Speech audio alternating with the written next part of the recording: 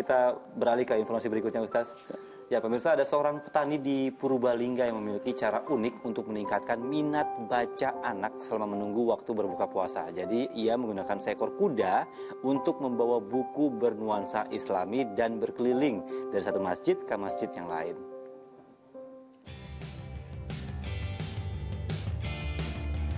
Setiap sore, Ridwan Sururi sibuk mengatur sejumlah buku bernuansa Islami. Dan dengan menggunakan kuda kesayangannya, buku-buku Islami ini dibawa berkeliling ke masjid di Desa Serang, Purbalingga. Kedatangan Ridwan disambut antusias anak-anak yang pulang mengaji. Sembari menunggu waktu berbuka puasa, mereka pun membaca koleksi buku-buku yang relatif lengkap. Mulai tentang kisah Nabi, hikmah puasa, hingga cerita tentang pejuang kebenaran dalam agama Islam.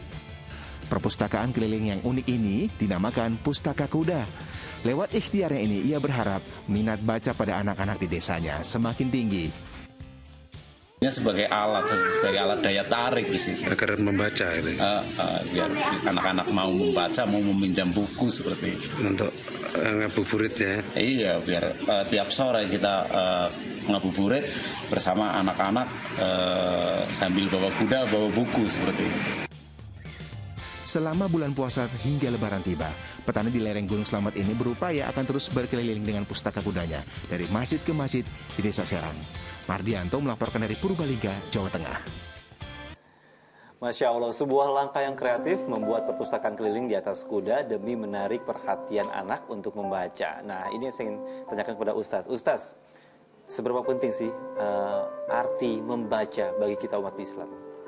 Ya, ini sangat mulia sekali ya, apalagi dilakukan di bulan Ramadan ya. Kita tahu bahwa ayat Al-Quran yang pertama kali turun itu adalah perintah untuk membaca.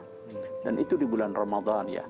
Jadi ini menegaskan betapa pentingnya ya membaca dalam Islam ya. Dan membaca itu adalah gerbang ilmu pengetahuan ya. Bahkan bukan hanya membaca dalam artian yang tertulis ya, tetapi kita menganalisa, meneliti, melakukan observasi, itu adalah perintah agama. Bahkan perintah yang pertama turun kepada Rasulullah Sallallahu Alaihi Wasallam.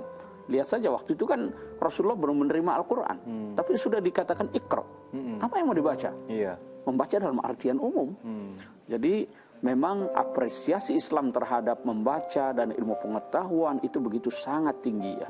Bahkan dulu itu Rasulullah SAW menjadikan pengajaran membaca dan menulis itu sebagai syarat tebusan tawanan perang. Perang Badar itu ada beberapa, Anda kalau mau merdeka, mau bebas, ajarkan nih 10 anak kecil untuk membaca dan menulis.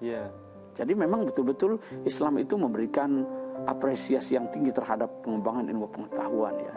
Antara lain dengan membaca. Betul. Jadi membaca itu tidak sekedar membaca tulisan, tapi ini sebagai sebuah gerbang menuju ke ilmu pengetahuan ya Ustaz ya. Betul, betul. Dan ini informasi yang baru buat saya, kalau bahkan tawanan perang diwajibkan untuk mengajarkan anak-anak membaca agar bisa dilepaskan. Betul.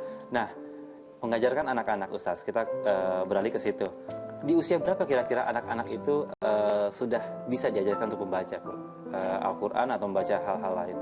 Ya, kalau Al-Quran itu kan pengaruhnya terhadap anak itu dahsyat sekali ya. Bahkan sekarang ini mulai banyak dikembangkan. Misalnya anak masih dalam kandungan, dalam bentuk janin itu sudah mulai diperdengarkan bacaan Al-Quran ya. Dan itu ada rangsangan yang positif ya. Kemudian setelah lahir, anak itu diperdengarkan. Mulai dari azan, bacaan, dan seterusnya. Karena pasti ada respon gitu dari anak. Walaupun dia belum bisa bicara dan lain sebagainya. Nah, kalau kita lihat perjalanan kehidupan para ulama kita dulu ya, ilmuwan muslim, itu memang langkah pertama belajar mereka itu diawali dengan Al-Quran.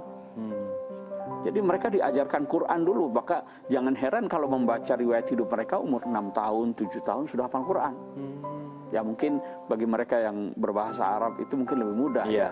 Tapi paling tidak ini menunjukkan bahwa jenjang pendidikan pertama itu adalah mempelajari Al-Quran.